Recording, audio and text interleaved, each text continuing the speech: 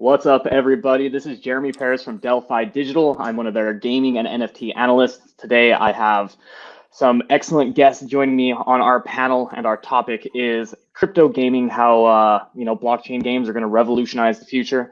Nick, Jesse, thank you guys so much for joining me here today. And before we get to intros, I just want to set the stage here a little bit, right? Because as an analyst, I spend a lot of time thinking about this space, and also just, I'm sure we're all giant nerds here as well. So I think you guys might be able to relate to some of the things I'm going to kind of lay out here. So just to jump right into it, guys, and to set the stage here. So when we talk about the future of gaming, just for like some context to how insanely quick things evolve, right? And just tech evolves in general. So let's like rewind the clock a little bit, so to say. And the Wright brothers took off from Kitty Hawk in 1903, right? And that's it's not that long ago. We had V2 rockets entering into space in 1944, followed by the first man on the moon in 1961. So from 1903 to 1961, we went from, dreaming about being birds to being on the moon, right? Pong released in 1972, Zelda in 1986, and the N64 in 1996, like 3 years after I was born, which is crazy. It doesn't seem like that long ago, sitting in your living rooms, flying around in a pod racer. And, Master Chief, first time he entered our home, 2001 with the first Halo installment. So the reason I kind of just highlight this is to give context to how quickly these things evolve. And right now we're witnessing the birth of something new, a whole new technology and a whole new wave of gaming that's taking place right before our very eyes. And that, of course, is play to earn in crypto gaming or blockchain gaming or, whatever you may want to call it.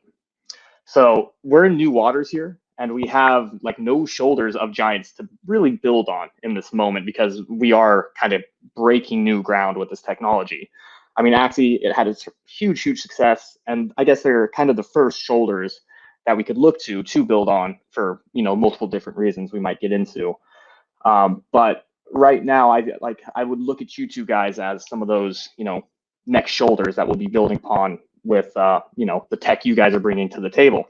So first of all, I guess if you guys want to introduce yourselves, give us a quick, brief intro, and then we'll dive right into the questions. Yeah, wicked. Great introduction. Very, very thorough. And I was born in 96, so it was the year that coincided with what you just brought up with the N64. But I'm Nick. I look after the marketing for Guild of Guardians. And I'm doing a little bit of community management and stuff on the side with that, but primarily growing the brand and growing the name of the game. Thank you, Nick. I'll kick it over to you there, Jesse. Yeah. And N64 is just my favorite console of all time. So that gives it away. I'm a little older, that means maybe, but it's okay. You can guess the year. I am one of the summoners for Aavegotchi. These ghosts behind me, these are playable NFTs that originally we deployed with our token on Ethereum, but we're building on layer 2 with playable NFTs that use a lot of on-chain transactions. And that's one of the reasons we went that way. So looking forward to getting into what we see with the future of gaming and all the things that you can do while remaining on chain. Absolutely, man. And I guess just to kind of kick a first question your guys' way, and feel free to kind of take it whichever way you want to, because it's a bit of a broad question. But when you do think about like the future of play to earn and crypto gaming, and, obviously you're grappling with these questions every day because you have to think about the future while building out your projects, right? So like when you think about the tech and the things coming down the road, is there anything in particular that really excites you about this new wave that's breaking, whether it be, Nick, the community side of things, which is incredibly important, or maybe, Jess, more like the DeFi intertwining with crypto sort of thing? Is there anything that kind of leaps out to you? And I'll throw that over to you first, Nick. Yeah, I see it as I would unpack this into two separate categories. On the one side, you've got the tech and the scaling. So obviously the thing to grapple with is how do we onboard massive amounts of people. That's all well and good trying to appeal to crypto native people, but realistically, if we're serious about trying to disrupt the gaming industry and take this stuff mainstream, you need to get people who are gamers first and foremost, who have little to no knowledge about the crypto space or DeFi or NFTs or anything to do with that. So on the one side, you've got the scaling, and I think Jess and I are both on the same page about the power of layer 2 scaling solutions, and I guess the powers of community that they unlock. That's one. And then on the other side, it's the game itself. So we're really excited about the concept of play and earn. We're really big on the play and earn side. We don't want it to be something where it's like, okay, you're still, play to earn is still the connotation of having to grind and graft and do things to bring in income or to bring in money on the side. So play and earn, the concept of full digital ownership of your assets should really strike a chord with gamers more than perhaps any other aspect of the NFT community, because everyone's bought skins in games. Everyone has bought weapon wraps. Everyone's bought different cosmetics that are completely trade locked, and they're owned by the developers that you've poured that money into. So we're really keen to sort of give the power back to the community and back to the people who play the game. It only seems fair to do that. And NFTs and layer 2 scaling solutions are like this perfect marriage to open this flower basically and let it bloom and let these people go and thrive and enjoy it at the same time. No, man, I love that. And I'd love to dive in there, but I'll kick it over to you first there, Jess, to tag up on. Yeah, so I guess there's a couple ways I could go with, you mentioned the DeFi side, but I think what Nick mentioned is really important, in that, gamers first and making something better for the game industry as it is like definitely the first part. The second part that personally I find very interesting is that maybe everything is going to become a game to some extent, depending how you define that. So when we think of DeFi, when we think of like banking is becoming gamified right now. Like when you use an Aavegotchi, one of the first use cases is that it's like a piggy bank. So you bring it to life by depositing Aave tokens into it. And so you're literally gamifying, what used to be a boring bank account is now has a name, a personality, and gamified traits that can plug into all sorts of experiences. So if everything's getting gamified, then maybe it goes to reason that we don't just go for gamers, but we also look back and think about, let's embrace crypto and let's make sure that we're not running away from crypto. This is kind of our personal thesis at Aavegotchi, is we're not abstracting away the blockchain. We're saying crypto is popular. We're seeing new wallets open every day in record numbers, faster than the adoption of the internet in the 90s. So let's run with that. Let's embrace it and say, get yourself a MetaMask wallet or whatever wallet you want. Maybe it's a custodial wallet if it makes things better, easier, and then run it and embrace it that way. So that's one thing that I think is unique about Aavegotchi, is people come to us and they always say things like, this is the first time I've ever done staking, or this is the first time I voted in a DAO because I didn't want to vote on a DeFi protocol. It's kind of stuffy and boring, tweaking interest rates and stuff. Here you're like voting on what kind of game do you want? So it's very different in that way. And so, yeah, let's embrace the gamers, and let's also recognize we're gamifying everything to some extent with what's possible with these tools. So. Oh, dude, I absolutely love that. And I was actually just thinking about that this morning before this panel. It's a little bit off topic, but you kind of nailed it. And, a lot of people say that, oh, we're going to onboard the next billion people into crypto through gaming, which, like, fair enough statement. But, like, if you even take that a step further, like, how many of those billion people are just going to learn that DeFi organically through playing the game? Like, how many people in the Philippines right now playing Axie probably have like a way firmer handle on DeFi and like crypto and on and off ramps and all that sort of thing, just from interacting with like Axie Infinity, and then when you zoom out and take that one step further, when you look to like the sort of like future of play to earn, it's like, if you ever talk to a kid about NFTs or gaming or like what we're doing right now, it clicks with them so incredibly fast and they just get it. And what's even funnier, it's like, I think when we look back on this time period, our kids are going to be like, what do you mean you used to play games and you didn't own your assets? Like, what kind of goobers were you guys? Like, just like, you're always telling me that time's my most valuable asset, and you just like, completely wasted your time, just like, you know what I mean? So it's like, when you look into the future, it just, I couldn't agree with you more, Jess. I guess is the punchline there, and just where things are going. The way I like to think about it, it's the first snowflake at the tip of the iceberg, if you know what I mean. Like, and I don't know, I think that's pretty powerful. We'll probably be, we're probably a year away from all of us being like controlling the most of the floor at like E3 and some of these gaming trade shows. I mean, when we go back to the gaming side, I think that is the first shoe to drop, because there's such a natural tendency that it's a digital culture already. You have these groups of people that are dedicating most of, significant part of their free time to being in an online community. And so that's why it's not a coincidence that when NFTs took off, Discord was like the main platform for people to communicate on, which is traditionally a gaming social media platform. So it's kind of, they're made for each other. And so it may not be that most people go into and adopt their first crypto experience through Aave. It may be Aavegotchi. Sorry, Stanny. So we'll No, see. I like that, man. So like whenever I kind of like host these things or like have these conversations, I like to throw sort of like one, not like controversial question, but maybe like one that doesn't get talked about enough. So something I have like a lot of people ask me when I'm trying to like break down crypto gaming to them, and I'd love to hear your guys' perspective on this. And I think Nick, you kind of already touched on it with play and earn.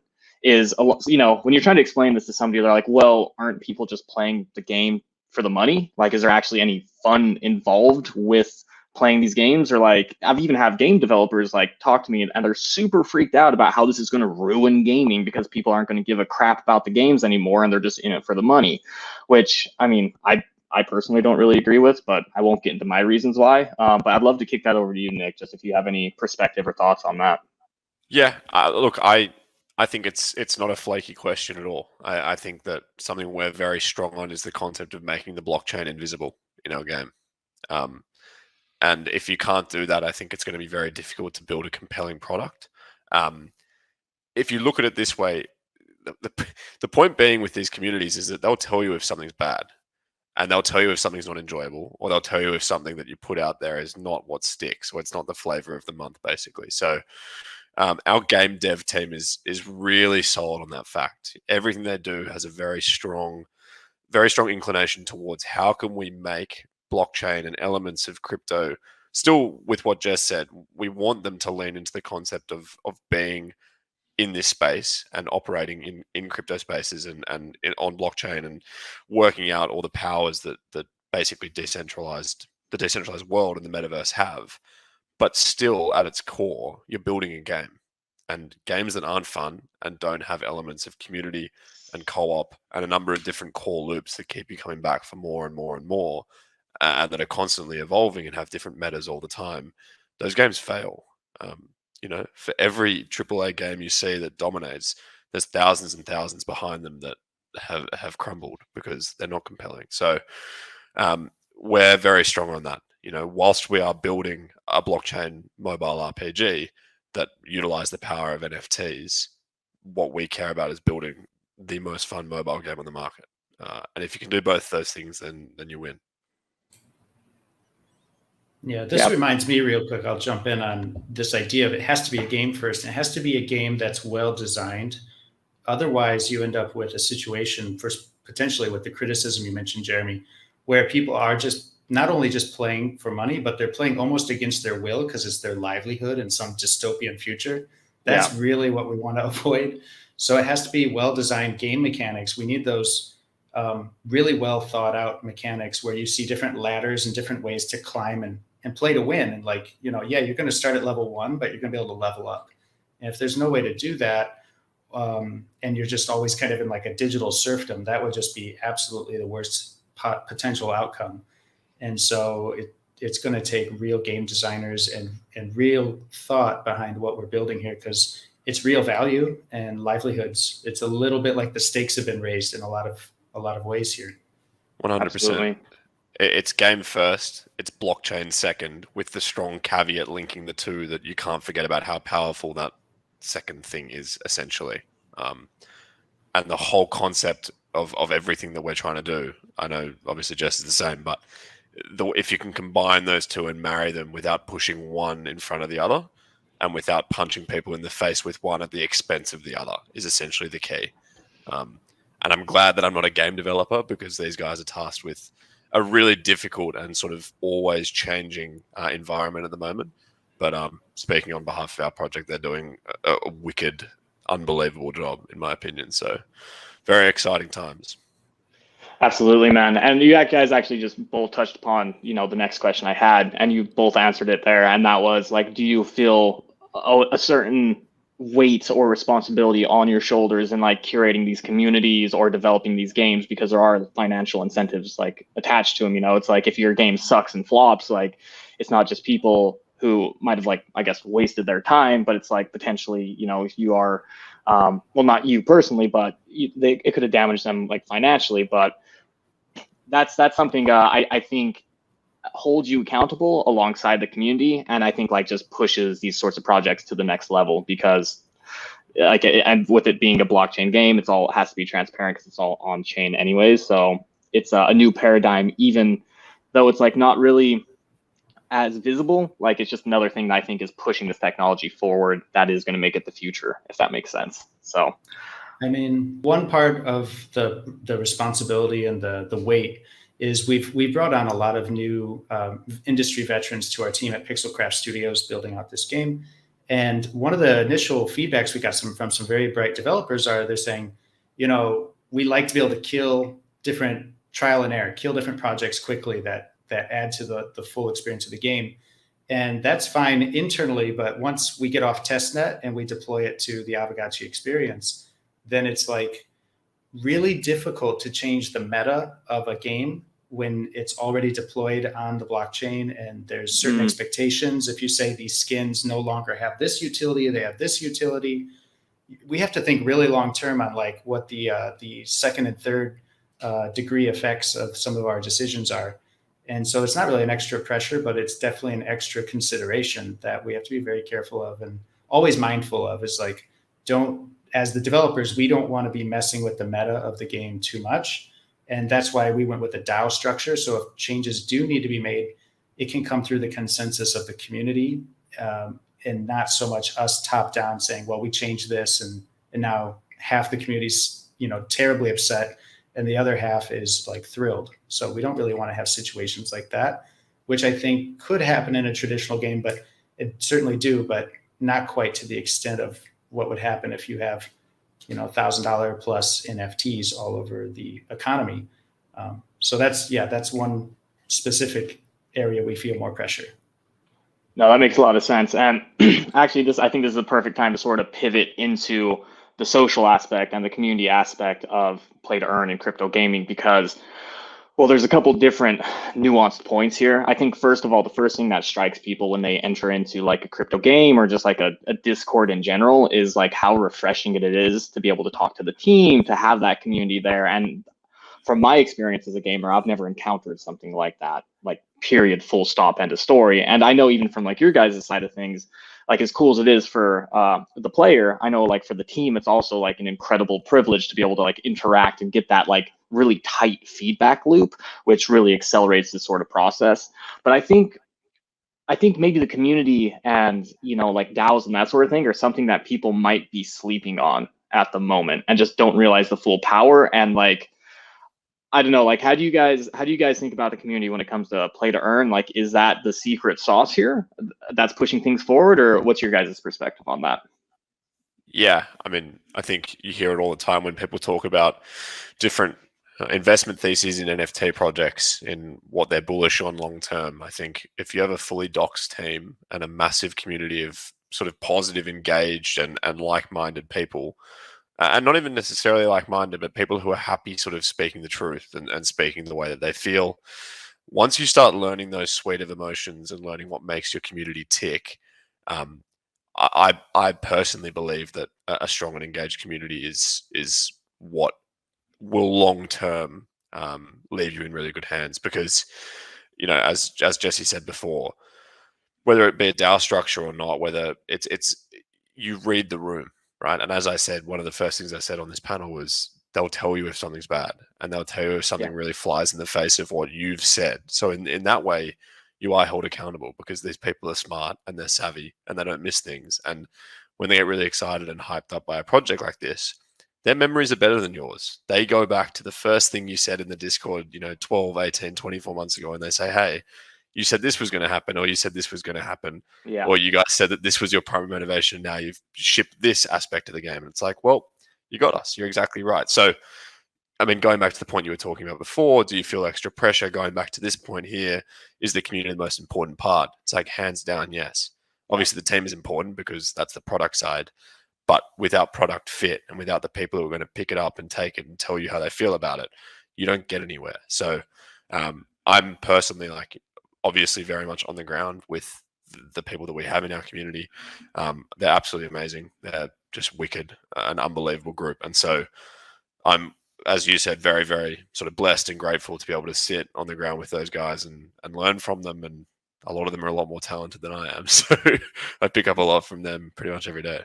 Man, I just want to hover on the community point for a moment, because like I've helped like create and curate a couple different like gaming communities, and like we've all been there from like the start. And I think, first of all, I think community management, as far as like crypto projects in general, is going to be one of those really sought after careers in the future.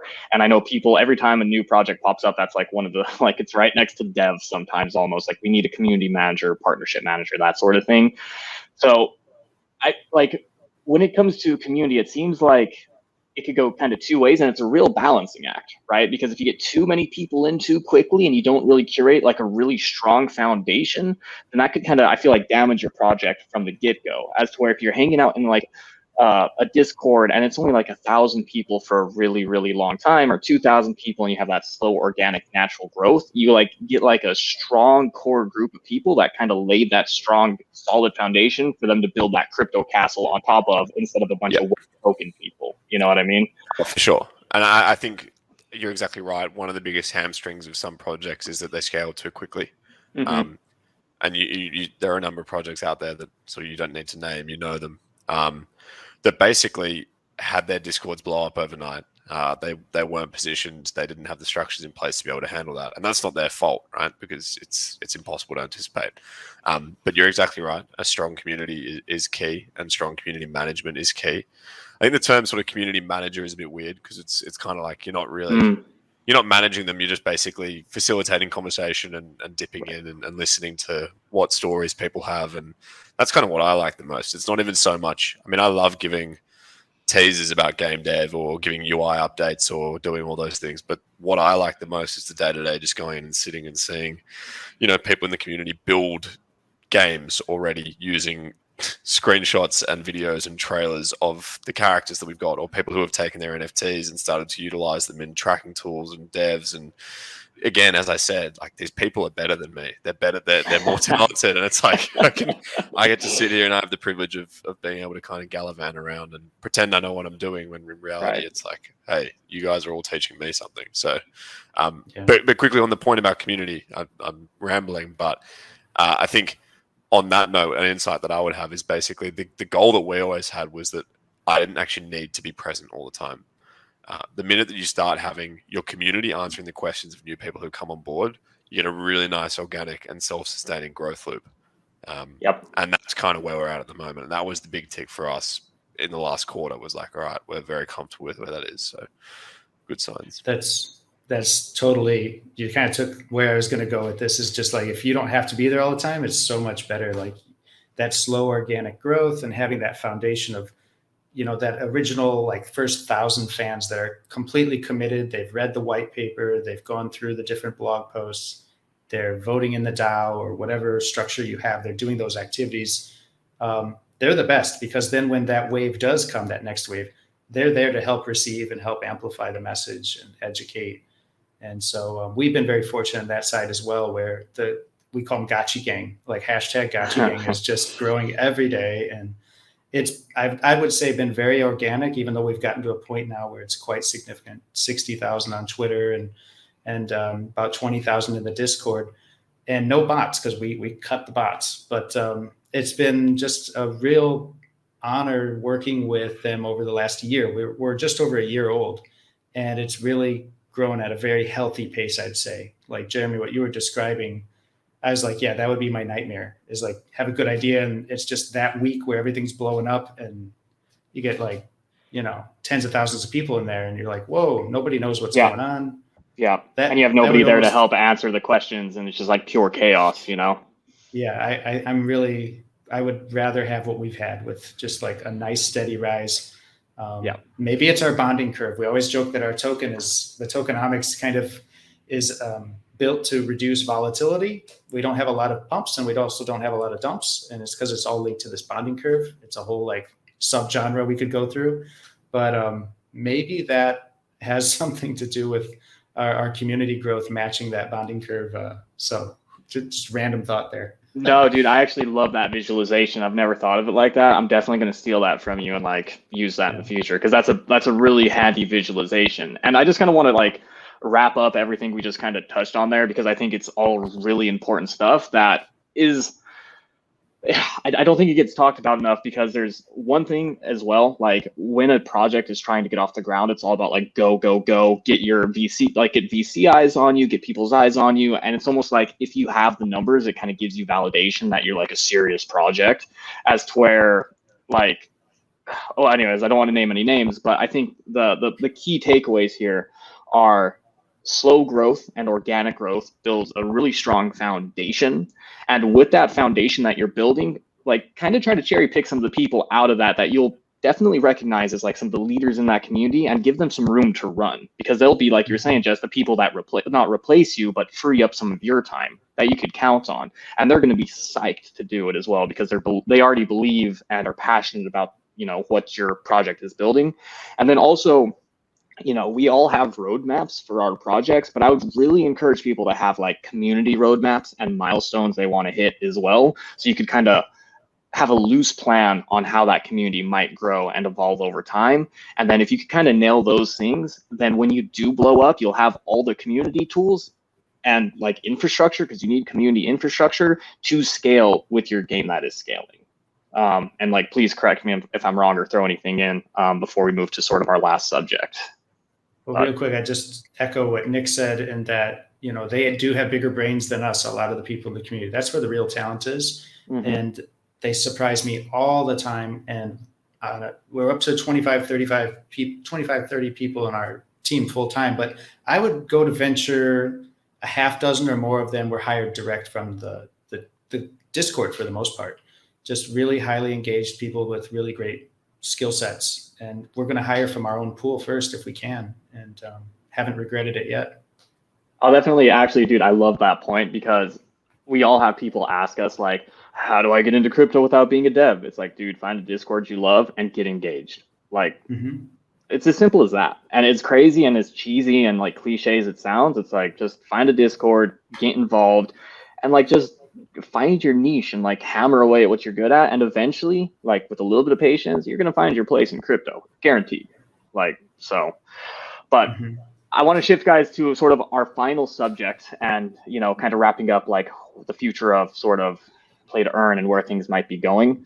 Now, big history nerd here, if you couldn't tell by the intro, but when I think like when I'm studying sort of like the waves and like different like moments in gaming history, it's like when you look back at Pong, you're looking at like Atari and Pac-Man and Sega, but then like, Atari and Sega aren't the major companies today. It's the Epics, the Sonys, the EAs, but whenever we see a new major revolution in technology happen, usually it's not the people from the last wave that have set up their structures and are really ingrained in the system that are leaders in the next wave. So it's funny how like even at the beginning of the year, everybody who was starting to build out games were like, oh man, we got to build and get really well established. So when the Activisions and the EAs and the Epics start coming in, like we're like established. And I think I've seen that narrative begin to shift the other way to where it's like now EA, Activision, Epic are having to compete with some of these games and some of these studios. You know what I mean? And of course, we won't touch upon Axie here, but kind of an example. So I guess like, has your guys' mindset shifted, like looking at these major studios, or like, do you see them as much as a threat as you did in the past, or are you still scared shitless by them? I guess. I think it's a heady combination of pretty much everything you touched on. So we work with Ubisoft, basically learning as much as we can from a I guess a gaming element, physical sort of gameplay mechanics and core game loops and everything to do with that. I do not envisage a world where Ubisofts, your EAs, your Epics, your Activisions do not implement NFTs or crypto. I think that it's inevitable that they do, because it's, if you believe that the next wave is play and earn gaming and massive communities of people on board into those structures and those ecosystems, then competitive advantage and keeping up with the competition would suggest that they're going to get involved as well, which kind of accelerates it in a weird roundabout way. we're not scared by them. We learn from them as much as we can. I think that we're in a really blessed position to be able to have, I guess, sort of first mover advantage in the mobile space, or being around thereabouts that spot. We're growing at a good pace, a healthy, sustainable pace. We are implementing a lot of things that we really wanted to. We've got a full-time team of sort of 20 plus devs specific working on this amazing title, and some people working on the game in more senior executive positions who are just wicked and unbelievable at what they do, with very strong track history. So I kind of have no doubt that the Guild of Guardians will be the go-to mobile blockchain game.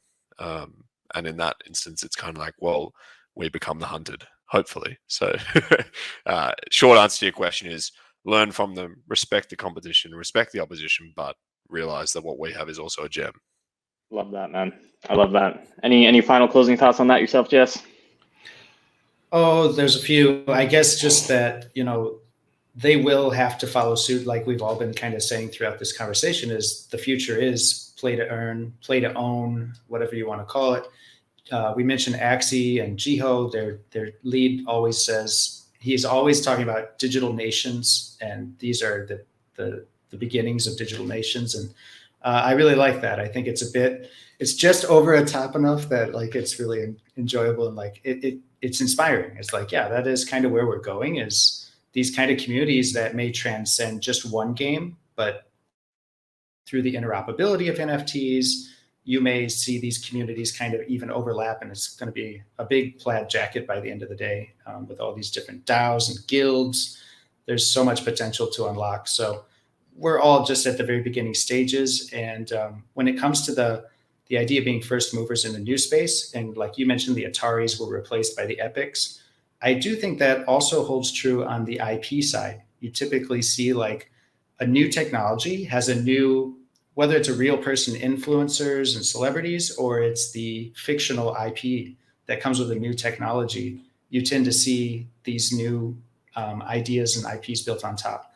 And so while some are very focused on developing NFTs into existing IP, I think that the big winners are going to be the new IPs that are native to the new technology and built with that new ethos and that kind of from the ground up made for that experience. And so the games we're building here, everyone on this call, I think it's sky's the limit as long as we execute and follow through on our visions, which I think are very exciting ones. So there's a lot to do.